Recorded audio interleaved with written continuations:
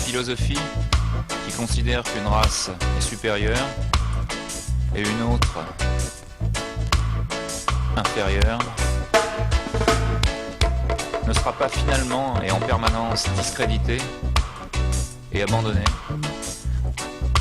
Tant qu'il y aura des citoyens de première et de seconde classe dans une nation, tant que la couleur de la peau d'un homme aura plus de signification que celle de ses yeux,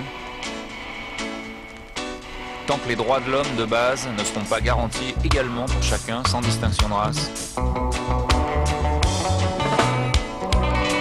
Tant que ce jour ne sera pas arrivé, le rêve d'une paix durable, d'une citoyenneté mondiale et le règne de la moralité internationale ne resteront que des illusions fugitives, poursuivies mais jamais atteintes.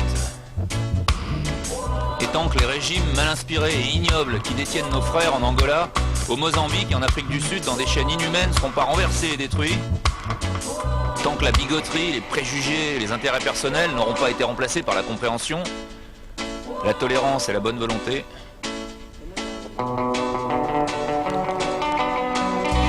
tant que tous les Africains ne seront pas debout et qui ne parleront pas en tant qu'êtres libres, égaux aux yeux de tous les hommes comme ils le sont aux yeux du ciel, tant que ce jour ne sera pas arrivé,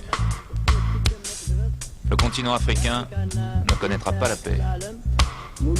Nous, les Africains, nous battrons si c'est nécessaire. Et nous savons que nous vaincrons, car nous avons confiance en la victoire du bien sur le mal. La base de la discrimination raciale et du colonialisme a toujours été économique. Et c'est avec des armes économiques que nous avons déjà surmonté certains de ces maux et que nous en viendrons à bout. À la suite de résolutions adoptées à la conférence au sommet d'Addis Abeba, les États africains ont pris plusieurs mesures économiques qui, si elles étaient adoptées par tous les États membres des Nations Unies, changeraient rapidement l'intransigeance en raison. Je demande aujourd'hui que chaque nation représentée, qui soit véritablement dévouée aux principes énoncés dans la charte, adhère à ces mesures. Nous devons agir tant qu'il en est temps, tant que se présente l'occasion d'exercer ces pressions légitimes, de craindre que le temps ne s'épuise et ne nous pousse à recourir à des procédés moins heureux.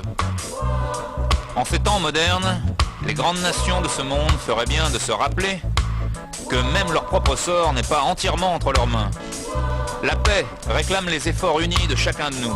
Qui peut prédire quelle étincelle pourrait mettre le feu aux poudres? Pour chacun d'entre nous, l'enjeu est le même. La vie ou la mort. Nous souhaitons tous vivre. Nous cherchons tous un monde où les hommes seraient libérés des fardeaux de l'ignorance, de la pauvreté, de la faim et de la maladie. Et si la catastrophe devait survenir, nous serions tous pressés d'échapper à une pluie nucléaire mortelle.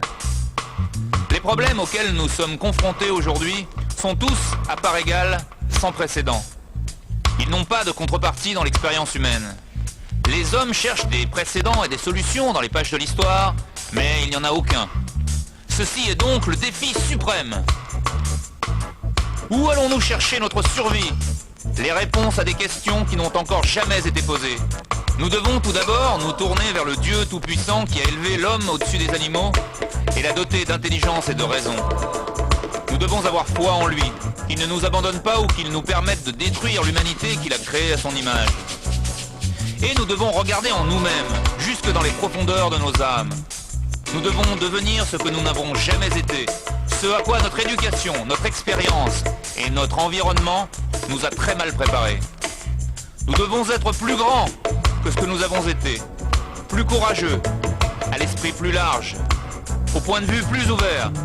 Nous devons devenir les membres d'une nouvelle race, dépasser nos préjugés insignifiants et nous soumettre à la fidélité ultime que nous devons non pas aux nations, mais à nos semblables les hommes, au sein de la communauté humaine.